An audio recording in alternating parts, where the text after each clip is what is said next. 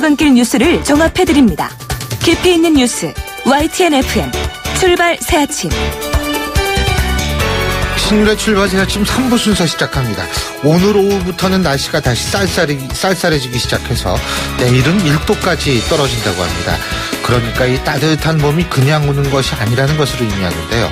추웠다, 따뜻하다 이거 반복하다가 결국 봄이 오는 것처럼 우리가 사는 세상도 마찬가지라는 생각입니다.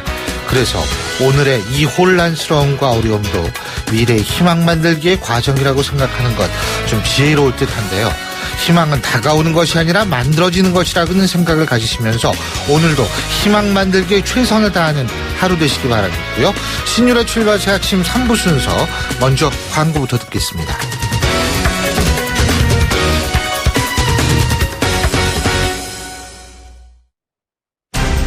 온도와 습도를 항상 일정하게 유지시켜주는 항온항습기 전문기업 AR.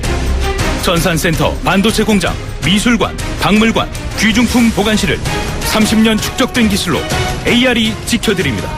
24시간 확실한 서비스 보장 031-497-0561. 아유, 세 단계 종이 또 걸렸어? 정말 제본 하나 하려다가 미치겠네. 내가 진작 현대오피스로 바꾸라니까. 오늘 다 날 셀 거야. 이제 스트레스 받지 마세요. 사무기기 전문기업 현대오피스가 책임지겠습니다. 사무기기의 올바른 기준 현대오피스. 자, 따라해보세요. 이카운트 ERP 4만원. 회계관리, 이카운트 ERP 4만원 재고 관리, 이카운트 ERP 4만원, 생산관리. 사업 성공 함께해요. 이카운트 카운트 ERP의 모든 기능을 월 4만원에 드립니다. 이카운트 가입비 부가세 별도. 사장님, 성악가 김동규 씨네 집 바닥재 좋던데 우리 집도 똑같은 걸로 해줘요. 요즘 떠오르는 바닥재 스타 강마루. 스타일 좋고 습기 열 긁힘에 강하니까 오래 사용하려면. 그래서 스타 강마루를 하는구나. 성악가 김동규입니다. 강마루 스타는 스타 강마루. 스타 강마루. 포토라인이 아닙니다. 포토존 탈취장치. 19년 오직 한 길. 포토존 탈취장치 명품만을 고집해온 센텍. 대표이사 권용석입니다. 하수관 악취, 공장 유해 악취 이제 포토존에 맡겨주세요. 대표이사가 보증합니다. 센텍. 센데. 1544-8785. 거라 이 세상에서 누가 제일 예쁘니? 2588 박서연. 어머, 내가? 하긴 고객님들이 대리운전 부르면서 예쁜 소연이 목소리 듣고 집에 가야지 라고들 하셔. 너 잘났어 2588 꽃보다 박소연 2588.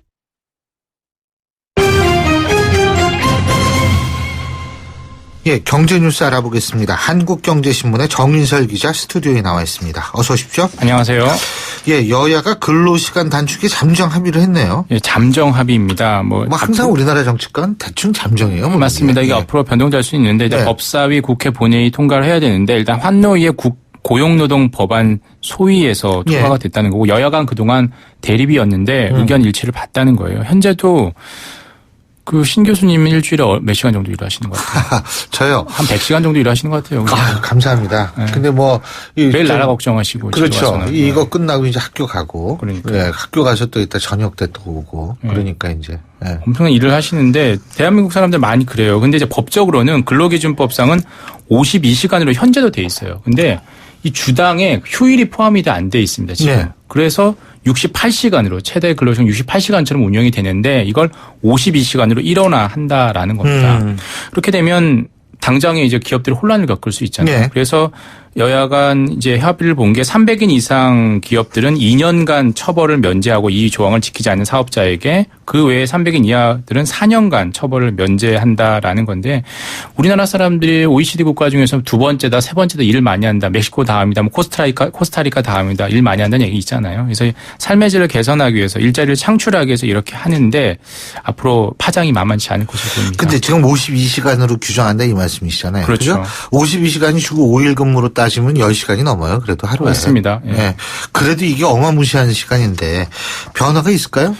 큰 변화가 있을 수 있죠. 근데 왜냐하면 일단 지켜지면. 맞습니다. 만약에 이걸 준수를 한다라면 법을 국회 본회의가 통과돼서 뭐 예정대로 2년 4년 유예기간 쳐서 한다면 어떻게 되냐면 현재 지금 중소기업 근로자들은 이제 낮은 임금 때문에 초과 근로를 통해서 임금을 보전을 그렇죠. 하거든요. 예. 근데 이게 불법이 되는 거예요. 52시간 지나면. 이런 문제가 있고 사업자에게는 어떤 문제가 있냐. 52시간 지난 그 일자리를 예. 새로운 사람을 뽑아야 되는 거예요. 그렇죠. 그러면 비용이 늘어나는 거죠. 그게 이제 사회적으로 보면 잡 쉐어링이 되는데. 맞습니다. 좋은 의미에서 잡 쉐어링인데 경영자, 기업 입장에서는 원가 상승이고 어떤 부담인 거죠. 이 두 부분의 문제를 앞으로 잘 보완해서 사회적 합의를 마련해야 되는데 예전에 주 5일 근무도 그랬고요. 정년 60세도 그랬고 안 된다 하다가 결국에 밀어붙이면 다 되더라고요. 그렇죠. 앞으로 이제 사회적 합의를 잘 마련해 가야 될 것 같습니다. 이게요. 그리고 이 고령사회 되잖아요. 그죠? 네. 그러면은 이렇게 일만 하시던 분들이 갑자기 회사에서 나오면 할 일이 없어져 가지고 사회적 비용이 더 들어갈 수가 있어요. 그러니까 이게 일을 할 때에도 자기의 취미라든지 자기가 하고 싶은 일을 어느 정도 할 수 있는 환경을 만들어주는 게 장기적인 사회적 비용을 줄이는 일이거든요. 그렇습니다. 자, 국내 1위 모바일 게임 업체죠. 넷마블이 상장 절차에 들어갔는데 예정대로 상장이 되면 네이버에 이어서 국내 2위의 인터넷 기업이 된다고 그러네요. 교수님은 게임 잘 안 하시잖아요. 저는 게임 사실은 많이 합니다. 역시 젊게 생각하셔야 되니까. 아유, 죄송합니다. 실망해드렸죠. 예, 제가 생각한 시나리오대로 안 나가고 예, 있네요. 예. 넷마블이라는 게임 업체가 예전에 테트리스 가지고 히트를 쳤고 최근에 리니지 투 레볼루션, 모두의 마블, 세븐나이츠 같은 모바일 게임으로 계속 히트를 쳤어요. 그래서 지금 현재 네이버 시가총액이 27조 원이어서 거의 2위권이거든요.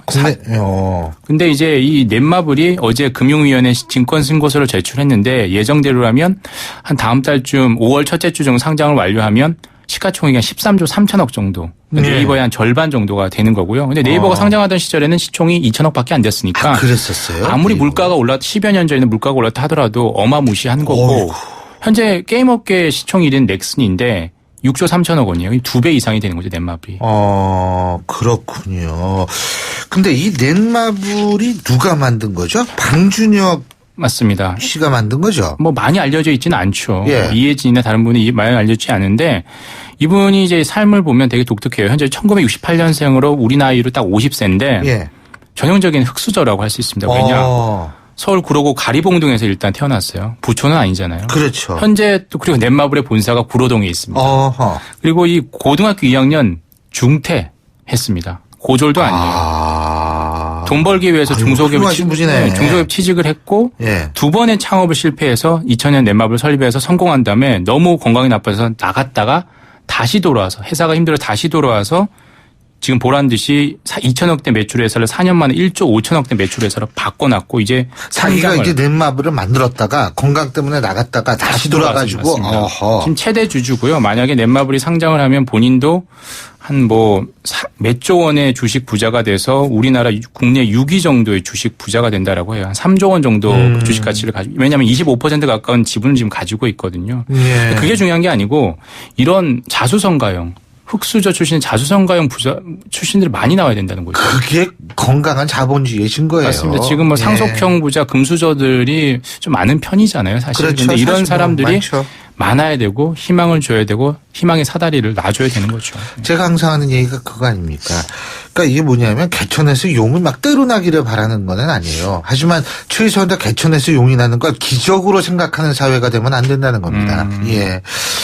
자, 그리고 자동 입출금기 우리가 ATM이라고 그러잖아요. 그렇습니다. 이게 ATM 이용하다 보면은 개인정보가 유출돼서 신용카드를 도용할 수도 있다고 그러는데 근데 이게 문제가 신종수법이라서 이게 눈치를 못 챈다는데 문제가 있다는 거예요. 그죠? ATM 그 카드 도용 사기는 이 카드 넣는 그 부분에 가짜 판독기를 달아서 카드 정보를 빼가는 방식이었어요. 그래서 네, 그렇죠. 자세히 보면 거기에 뭐가 달려있으면 그거 의심해야 됩니다. 네. 그동안은. 그래서 은행 직원이 빼든 관리 직원이 빼든 다 항상 점검을 했었어요. 네. 그런데 이번에는 그 판독기도 없는 것. 그러니까 이른바 그 악성 코드를 씹는 겁니다. 우리 컴퓨터에 악성 코드를 씹는 겁니다. ATM 기계에다가. 맞습니다. 소프트웨어 같은 어떻게 했냐? 해킹을 통해서. 시스템에 해킹을 통해서 악성 코드를 심어버리는 겁니다. 직접 가지도 않고 맞습니다. 설치를 하려면 직접 가야 되니까 CCTV 찍힐 텐데. 거의 원격 조정인데요. 그러니까 이런 거 그러니까 우리 쓰는 소비자 입장에서는 아무것도 알 수가 없어요. 내가 도용을 당했는지 알 수가 없어요. 어느 순간 해외에서 얼마 썼습니다. 얼마 내 정보가 도용당했습니다. 알게 되는 거죠. 이런 ATM이 한국에만 지금 밝혀진 게 우리 국내만 2,500개 정도의 카드 정보가 유출됐다라고 하고요. 자, 업체별로 하면 이제 ATM 관리 업체들이 몇 군데 있는데 청호 이지캐시가 설치한 ATM에서 이런 악성 구도가 확인되고 있다라고 합니다.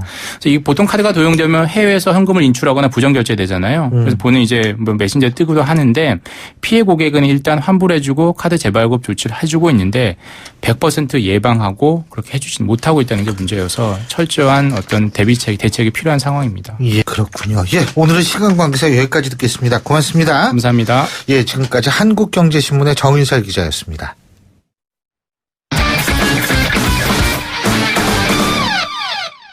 예, 스포츠 소식 알아보겠습니다. 최동호 스포츠 평론가 전화 연결돼 있습니다. 안녕하십니까? 예, 안녕하세요. 예, 박병호 선수 말이에요. 예. 이제 메이저리그에 복귀하지 않으면 이상할 것 같은데 오늘 또 홈런 쳤다며요? 예? 예, 그렇습니다. 예, 미네소타 박병호 선수 오늘 토론토전이었거든요. 이 시범 경기 4호 홈런을 터뜨렸습니다. 0대0으로 맞서는 5회 초에 선제 투런 홈런인데요. 예. 7번 타자 1루수로 선발 출전했고요. 5회 초에 무사 1루에서 이 토론토의 자완 선발인 프란시스코 리디아노 선수의 직구를 맞받아쳐서 가운데 담장을 넘기는 홈런 만들어냈습니다. 오늘 2타수 1안타 2타점이고요. 시범 경기 타율이 3할 9푼 4리인데 메이저리그 복귀를 향한 무언의 시위 계속했습니다. 예. 자, 야구 소식 하나만 더 알아보죠. 오늘 월드 베이스볼 이거 이제 관심이 없어요. 우리가 떨어지니까. 예? 예, 4강전이 그렇죠. 열리는데 미국하고 일본, 네덜란드하고 푸에르토리코죠. 예? 예. 예. 우리 대표팀이 일찍 탈락해서 좀 많이 아쉽긴 한데, 네. 이 WBC에서 미국과 일본이 맞붙는 빅매치가 4강전에서 이루어졌습니다. 예. 그리고 최고의 복병이었죠. 이 네덜란드도 4강에 올라서 이 푸에르토리코하고 이 결승 진출 다투게 됐습니다. 이 대회 최고의 빅매치인 미국과 일본의 4강전은 내일 열리는데 일본은 2020년 도쿄올림픽을 겨냥한 젊은 팀이고요. 미국은 그동안 이 WBC에서 단 한 번도 우승을 차지하지 못했기 때문에 이번에 우승을 목표로 메이저리그 선수들로 대표팀을 구성했습니다. 예. 과연 메이저리그 명성 그대로 우승을 차지할 수 있을지가 이번 대회 최고의 관심사라고 할 수 있습니다. 그렇군요. 자, 그리고 여자 농구에서는 우리은행이 대단한 기록을 세웠어요. 5회 연속 통합 우승을 한 거죠? 예, 그렇습니다. 예, 우리은행이 여자 프로농구 챔피언 결정전에서 5회 연속 통합 우승을 기록했습니다. 이 통합 우승이라는 거는 이 정규 시즌하고 챔피언 결정전을 모두 석권했다는 뜻이거든요. 예. 무려 5년 동안 이 정규리그하고 챔피언 결정전을 모두 석권했으니까 여자 농구는 우리은행 천하다 이렇게 얘기해도 틀린 말은 아닐 것 같고요. 어제 챔피언 결정전 3차전에서 연장전 승부 끝에 삼성생명을 83대 72로 이기고 3연승으로 챔피언 결정전 마감했습니다. 아하. 우리은행의 포인트 가드 박혜진 선수가 MVP로 선정됐습니다. 자, 그리고 모레 월드컵 최종 예선전 중국하고의 경기가 열리죠. 근데 이제 우리 축구대표팀이 현지에서 적응훈련을 실시했다고 그러는데 중국 공화들의 그 대표팀 경비가 대단했다고 그러는데 어떻게 대단한 만큼 좀 잘 좀 경비를 서줬으면 좋겠어요. 예? 아, 진짜로. 예. 중국도 좀 상당히 지금 그 의식을 하고 있는 것 같아요. 어제 이 중국 창사에서 우리 대표팀이 현지 적응 훈련을 가졌거든요. 예, 1시간 30분 동안의 공개 훈련이었는데 이제 가볍게 몸을 풀고 이 패스 위주로 회복 훈련하고요. 미니 게임 하면서 컨디션 조절했습니다.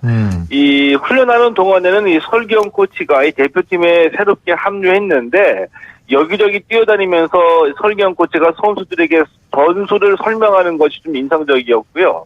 이번 경기가 모레 열리는데 이 사드 매치라고 불릴 정도로 이 사드와 관련해서 중국 팬들의 이 반항 감정이 고조돼 있기 때문에 훈련장뿐만이 아니라 이 숙소에서도 중국 공안이 만일에 대비해서 삼엄한 경비를 서고 있다고 합니다. 이 숙소에서는 각 층별로 경찰이 배치가 됐고요. 우리 영사관에서 취재진들에게도 안전요원이 배치가 된 숙소로 이동하도록 요청까지 했다고 합니다. 예. 어쨌든 사드라는 거는 우리 주권에 관한 문제인데 자신들이 문제 키워놓고 자신들이 또 경비도 이렇게 열심히 서주고 이거를 어떻게 바라봐야 되는지 전 좀 착잡합니다. 예. 그리고 베트남 프로축구팀의 유소년 팀이 우리나라로 전지훈련을 왔는데 이 시간을 통해 저희가 몇 번 말씀을 드렸죠. 강원FC 소속의 베트남 출신 선수 쯔엉. 베트남에서 영웅 아닙니까? 그죠? 예, 맞습니다. 예, 이 선수와 관련 있는 거죠? 예, 이쯤 가면은 간단하게, 베트남의 박지성이다. 이렇게 이제 말씀드려도 되는데. 예. 이쯔엉 선수 얘기하면서, 이왕이면은 이 K리그도 베트남 마케팅을 적극적으로 펼쳐가지고 성과를 내길 바란다. 이런 말씀 몇 번 드렸거든요. 예. 조금씩 베트남 마케팅이 이루어지고 있습니다.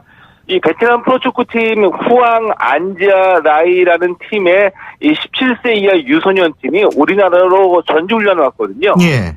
이쯔엉 선수가 지난 18일 강원 FC하고 포항 스틸러스 홈 경기에 베트남 유소년 선수들을 초대하기도 했고요. 이 강원 FC 홈구장이 평창올림픽 스키점프장을 축구장으로 활용한 경기장이거든요. 예. 아무래도 이 베트남이 열대 기후이다 보니까 이 어린 선수들이 스키 점프대하고 스키 점프장을 활용한 경기장 보면서 무척이나 신기해했다고 하는데 어린 선수들로서는 특별한 한국 경험이겠죠. 쯔엉 선수뿐만이 아니라 한국 축구 또 한국에 대한 관심도 더욱 높아지리라고 예상이 됩니다. 그럼요. 우리나라도 이거 참 베트남한테 잘해줘가지고 앞으로 좋은 관계를 계속 이어갔으면 좋겠네요. 예, 오늘 말씀 잘 들었습니다. 고맙습니다. 예, 고맙습니다. 예, 지금까지 최동훈 스포츠 평론가였고요. 신율의 출발 새 아침 3부 순서 여기서 줄입니다. 잠시 뒤 4부에서 뵙겠습니다. 안녕하세요. 배우 박하선입니다. 끓는 물에 3도 화상을 입은 어린 동생과 장애를 가진 부모님을 대신해 선혜는 일찍 어른이 되었습니다. 한때는 장학금을 받으며 변호사를 꿈꿨지만 지금은 빨리 졸업해서 생계의 보탬이 되고픈 생각뿐입니다. 꿈을 접기엔 너무 어린 15살. 선혜와 같은 아이들이 걱정 없이 꿈꾸도록 지원하는 월드비전 꿈꾸는 아이들. 아이들의 소중한 미래를 위해 지금 월드비전으로 전화주세요. 후원 문의 1688-3570 1688-3570. YTN 라디오 캠페인 더 가까이. 안녕하세요. YTN 기상캐스터 이혜민입니다. 우리가 흔히 무언가를 펑펑 쓰는 모습을 보고 물 쓰듯 한다는 표현을 하죠. 그만큼 물을 편하게 많이 써왔는데요.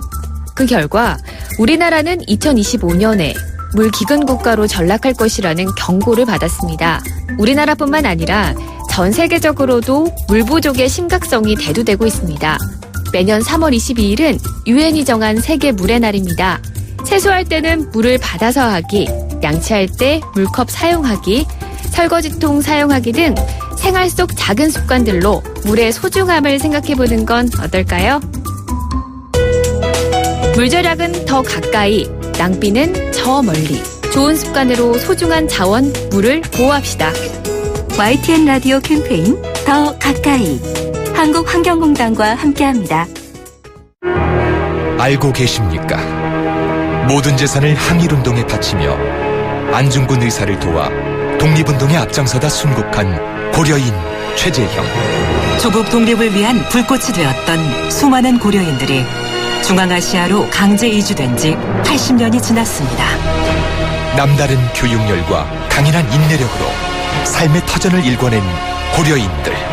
조국의 얼을 이어가고 있는 고려인은 통일 한국의 미래를 위한 큰 자산입니다. 이 캠페인은 720만 재외동포의 든든한 버팀목 재외동포재단이 함께합니다. 남친 폰도 여친 폰도 폰은 달라도 충전은 팝팝팝. 집에서도 차에서도 장소는 달라도 충전은 팝팝팝. 언제 어디서나 스마트폰 충전기 브랜드 팝팝팝. 폰이 아니라 폰 팝폰. 굿락투유 굿락투유 당신에게 좋은 건강 유산균 굿 굿락투유 굿락투유 장건강엔 굿락투유 소중한 당신이니까 장이 건강하게 생활이 건강하게 매일매일 굿락투유. 굿락투유는 건강기능식품입니다. 날카로운 분석, 내일을 보는 시선, 신율의 출발 새 아침. 신율의 출발 새 아침 4부 순서 먼저 광고부터 듣죠. 미세먼지 황사 힘드시죠? 콜록콜록 미널 F. 가래에도 미널 F. 목 아파도 맞다, 미널 F. 모두 역시 미널 F. 더 큰 병 되기 전에 기침, 가래, 인후통엔 모두 미널 F. 경남제약. 안녕하세요, 지드래곤입니다. 시시한 건 시작도 안 하는 제가 요즘 뭐하고 지내는지 아세요? 바로 레볼루션. 레볼루션을 한다는 거 그 자체가 레볼루션. 리니지 2 레볼루션. 지금 다운로드 받으세요. 12세 이용가.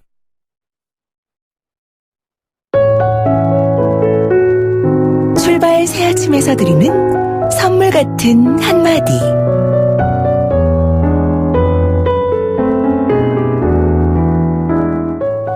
내가 단추를 눌러주기 전에는 그는 다만 하나의 라디오에 지나지 않았다.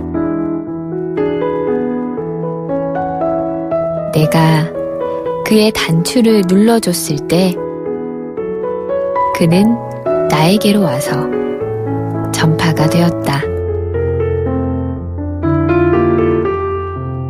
내가 그의 단추를 눌러준 것처럼 누가 와서 나의 굳어버린 핏줄기와 황량한 가슴속 버튼을 눌러다오. 그에게로 가서 나도 그의 전파가 되고 싶다.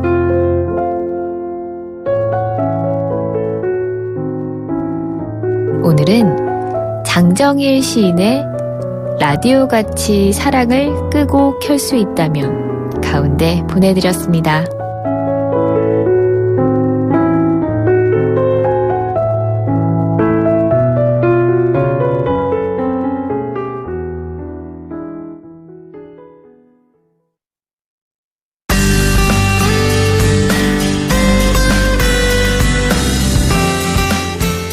안녕하세요. 시민발언대 리포터 이혜미입니다. 포근한 봄 날씨가 불청객인 미세먼지와 함께 찾아왔는데요. 미세먼지로 인한 피해 그리고 정부 대책에 대한 시민들 의견 들어봤습니다. 좀 기침도 좀 많이 나오고 막 가래도 끼고 좀 이런 게 좀 있어서 마스크 착용하게 됐어요. 집 안에 있을 때도 청소할 때 창문 열어놓고 해도 보면은 집에 먼지 좀 쌓이는 게 평소보다 좀 남다르게 쌓이긴 하죠. 어제 춘천에 갔다가 수원에 딱 왔는데 집이 수원이거든요. 근데 춘천 갔다 수원 왔는데 벌써 목이 너무 칼칼한 거예요. 그래갖고 미세먼지 많은가 보다 그랬는데 눈도 따갑고 저는 그랬어요. 공기청정기 같은 거 요즘에 많이 구매하고 그러더라고요. 글쎄요, 여기 해결책이 있을까요? 지금 당장? 미세먼지 발원지가 우리나라가 아니라 중국 쪽에서 오는 거라서 답답하죠 뭐. 정부 쪽에서 하는 일 보면은 그쪽까지 신경을 쓸 여력도 없는 것 같고 관심도 크게 없는 것 같아요. 신경 쓰는 부처는 있겠지만은 국민들이 느끼기에는 피부에 와닿지는 않죠.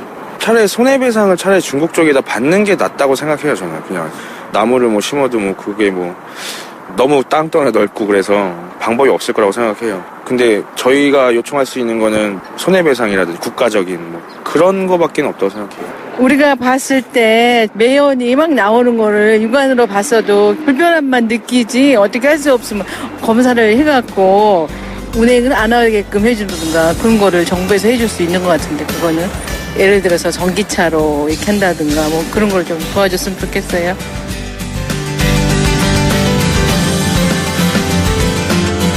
요새 미세먼지 때문에 스트레스 받으시는 분들 많죠. 최근 한국사회갈등해소센터의 조사에 따르면은요, 국민 10명 중에 9명이 현재 미세먼지 문제 때문에 정부가 좀 답답하다 이렇게 대답을 했는데요. 자, 피해는 심각해지는데 이게 도대체 상황이 나아질 것 같은 기미를 보이지 않고 있습니다. 지금의 미세먼지는 물론 때로는 우리나라에서 발생되는 미세먼지에다가 중복발 미세먼지가 섞여서 발생하는 경우도 있는데요. 오늘의 미세먼지는 중국발 스모그의 유입이 주범이라고 합니다. 그래서 일단 미세먼지 대책을 위해서 중국의 조치를 요구하는 자세가 절실합니다. 사드 보복에다 미세먼지까지.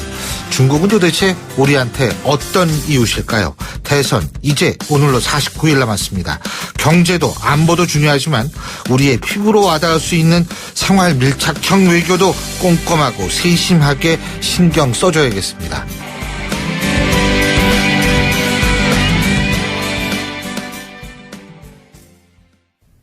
YTN 라디오 신율의 출발 새아침.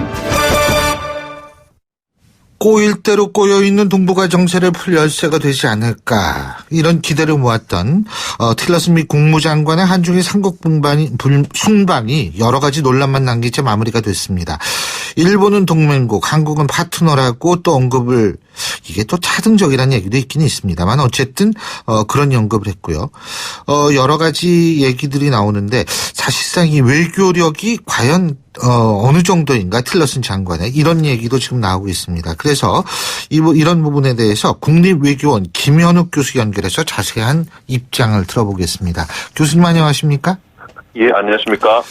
이 틸러슨 미 국무장관 일본 가선 중요한 동맹국이라고 그러고 우리나라에선 파트너라고 그랬는데 이 동맹국과 파트너가 뉘앙스상 차이가 커요. 예, 아무래도 미국 입장에서는 그 동맹과 파트너가 조금 그 차이는 있죠.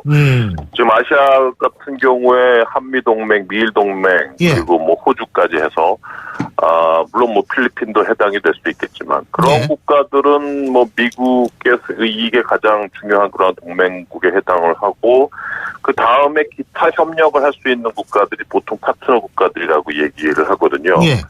그래서 아무래도 뭐 이런 언급 내용은 뭐 당연히 차이가 있는 그러한 두 가지 개념을 뭐 명시를 했다고 보이시네요. 예. 조금 차이가 있다는 말씀이신데, 그러고 이 만찬을 하느냐 마느냐도 외교상에서 중요한가요? 글쎄요, 뭐 만찬을 당연히 하는 걸로 인식을 하고 있었을 텐데. 누가요? 우리나라가요? 미국이요? 뭐 양국이 다요. 보통 뭐 아주 정말 아주 촉박한 일정 아니고서야 뭐 당연히 만찬을 하는 걸로 알고 있고, 솔직히 또 뭐 일본과 중국에서부터 만찬을 했었는데. 근데 이제 더 중요한 거는 물론 뭐 상호 간의 의사소통 문제라든지 뭐 어떤 문제가 있었으리라고 하고, 저는 뭐 그 내용이 어떤 것이라고 뭐 들은 바는 아직 없지만요.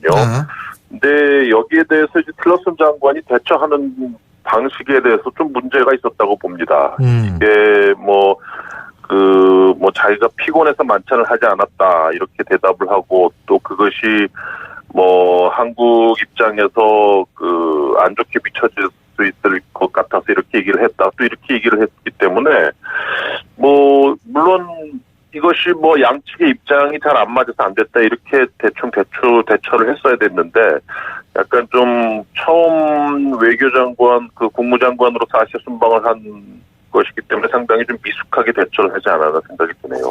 지금 처음 이 순방을 해서 미숙하다고 말씀하셨는데 솔직히 원인은 더 깊은 데 있는 거 아닙니까? 이 사람 외교 전문가 아니잖아요.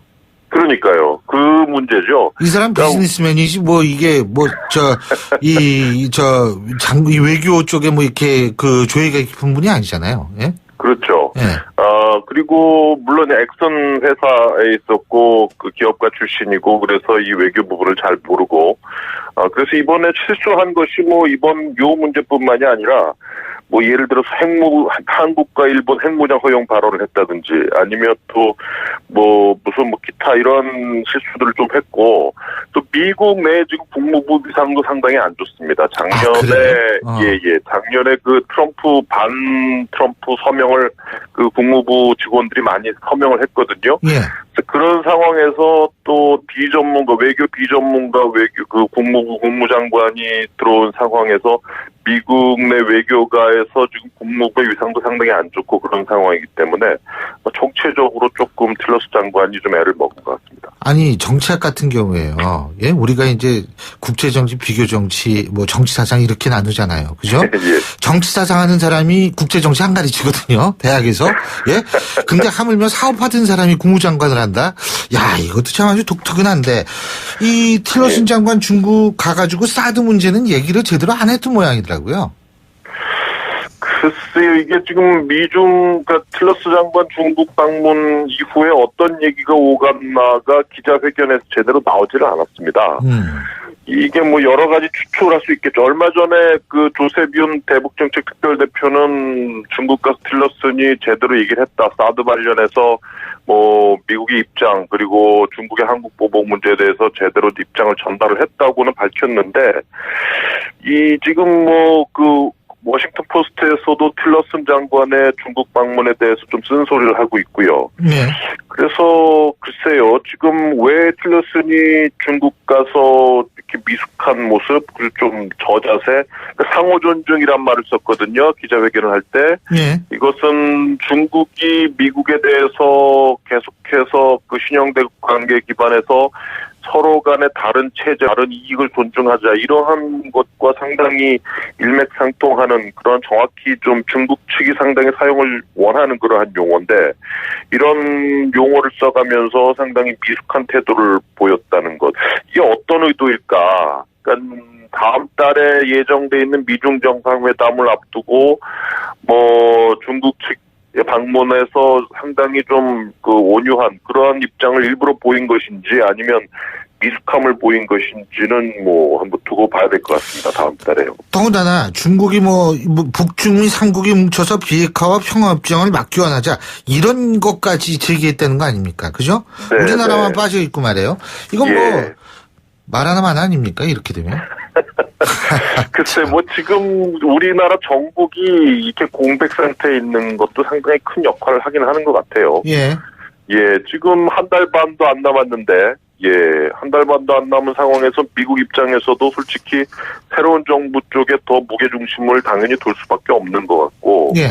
그런 의미에서 지금 우리 외교부가 열심히 노력을 하고 있지만 아무래도 이런 국내적인 어떤 정치 상황, 이걸 바라보는 뭐 미국이나 중국의 어떤 시각에서 보면 아무래도 외교부의 노력이 좀 힘에 부치는 건 사실이겠죠. 뭐 그거는 지금 순간이라고 하지만 이럴 때일수록 또 미국이 어느 정도의 균형을 잡아주는 것도 참 중요한 것 같은데 네. 뭐 한쪽으로는 굉장히 강경 발언이 나오고 다른 한쪽으로는 우리 속 빼고 이러니까 도대체 무슨 생각을 하고 있는 건지 외교적 일관성이 있는 건지 이런 비판이 일 수 있는 상황이 되는 것은 아닙니까? 근데 다음 달 초에 미중 정상회담이 어떻게 나오는지 한번 봐야 될 것 같아요. 뭐 일요일 날 그 트럼프 대통령이 북한 문제 관련해서 이제 회의를 했다고 하고, 예. 계속해서 이제 북한 정책에 대한 검토가 이제 조만간 끝나고 발표가 될 텐데, 예. 지금 슬슬 나오는 걸 보면 그 틸러슨이 중국 가서 얘기를 나눴던 중국 측이 했던 뭐 평화체제와 비핵화 교환을 위한 대화체라든지 뭐 이런 육자회담을 하기 위해서 그 북중미 3자 협력을 시작해서 3자 대화를 시작하자는 그런 중국 측의 얘기와는 전혀 다른 얘기, 즉 강경한 대북 제재와 이것의 중심에는 뭐 세컨드리 뭐 있고 이런 얘기가 슬슬 나오기 시작을 하고 있거든요. 예. 그러니까는 뭐 그게 미국의 정책으로 대북 정책으로 결정이 된다면 아무래도 뭐 중국이 틸러슨 방중 때 얘기했던 그런 것과는 좀 다른 정책, 역시 우리의 이익이 뭐 조금 계속해서 이제 상당 부분 반영되는 그러한 정책으로 갈 가능성이 높아 보이네요. 예. 어쨌든 외교든 정치든 가장 중요한 것이 예측 가능성 아니겠습니까? 근데 예. 지금 트럼프 행정부의 외교에 있어서의 예측 가능성은 어느 정도인지 우리가 이런 부분 다시 한번 생각해 봐야 될 것 같다는 생각이 드네요. 오늘 말씀 여기까지 듣겠습니다. 고맙습니다, 교수님. 네, 감사합니다. 예, 지금까지 국립외교원의 김현욱 교수였습니다.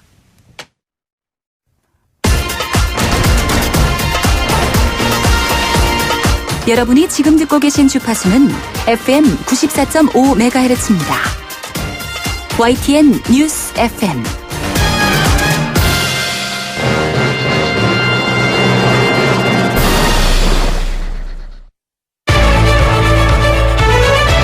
민심은 천심이다.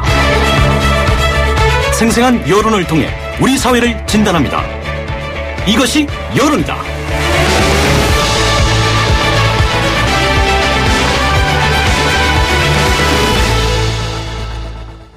이제 대선 49일 남았습니다. 예전 같으면은 각 정당에서 후보가 벌써 정해지고 막 본선이 치열하게 붙을 시기지만은 이번에는 급작스런 조기 대선 때문에 각 정당들의 경선이 아직도 진행 중이죠. 그래서 이제 빠르면은 이달 말, 늦어도 내달 초에 이제 본선으로 각 당의 후보들이 정해질 텐데요. 자, 오늘은 치열하게 전개되고 있는 각 당의 경선 구도에 대해서 알아보겠습니다. 여론조사 전문기관 오피니언 라이브의 윤희욱 여론분석센터장 스튜디오에 나와 계십니다. 어서 오십시오. 예, 안녕하십니까? 예. 근데 말이에요. 네. 솔직히 이번 대선이 예상외로 국민들의 관심을 그렇게 많이 못 끄는 것 같아요. 솔직히. 그런 거를 이제 방송 이제 이런 거 진행하거나 이렇게 얘기를 들어보면 그런데 왜 그런지는 모르겠어요. 뭐 이게 최순실 게이트에 대한 국민적인 관심, 새로운 이제 뉴스들이 계속 나오다 보니까 아마도 이제. 근데 정치 염증이 많은 것 같아요. 그럴까요? 네. 근데 어쨌든 더불어민주당 지금 이제 이번에 1번 되는 거죠? 기호 1번. 네, 기호 1번이 될 가능성이 높죠. 이제 대통령 후보자 등록 당시에 이제 그 국회 의석수 기준으로 하거든요. 그래서 지금 민주당이 121석 제일 많으니까 기호 1번 될 가능성이 높고 4월 15일, 16일이 등록일인데요. 그때까지 대규모 분당이라든가 아니면 다른 정당에서 대규모 합당이 없으면 그렇게 될 것 같습니다. 그렇죠. 더불어민주당 지금 경선 판세가 어떤가요는 아니고 뭐 대세론이 네, 있지 않습니까? 중앙일보 조사연구팀이 지난 18일, 19일 전국 2,000명 대상으로 성인 2,000명 대상으로 유무선 조사를 실시했는데 여기서 이제 민주당 후보로 누구를 지지하느냐 별도로 이제 물었는데요. 여기서는 문재인 전 대표 안희정 지사가 각각 40.6%, 안희정 지사 36.8%, 그러니까 접전을 벌였고 이재명 시장 11.8%, 최성 고양시장 0.4% 이렇게 나왔거든요. 그러니까 여기서는 사실은 어떻게 보면 이제 접전 격차가 상당히 줄은 것이라고 할 수 있겠죠. 근데 말씀하시죠.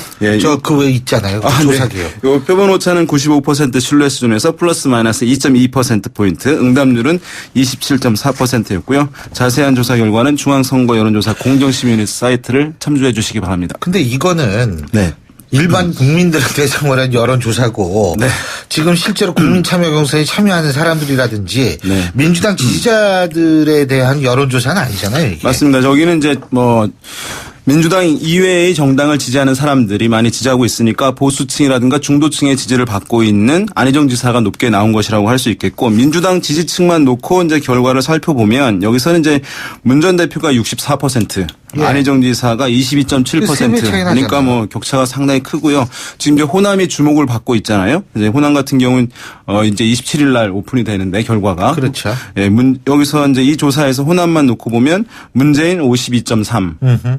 안희정 27.4. 그러니까 뭐 2배 가까이 이제 차이가 나고 있는 상황이니까 2배 가량. 여기서도 뭐 해서 지금 뭐 이변이 있을지에 대해서 또 회의적인 시각도 상당히 있고요. 또 근데 최근에 뭐 문재인 전 대표의 이른바 뭐 전두환 전 대통령 표창 발언이 뭐 좀 영향을 줄 것이다라고 한 전망도 있긴 하고요. 부산 대통령 발언도 있었고요. 예.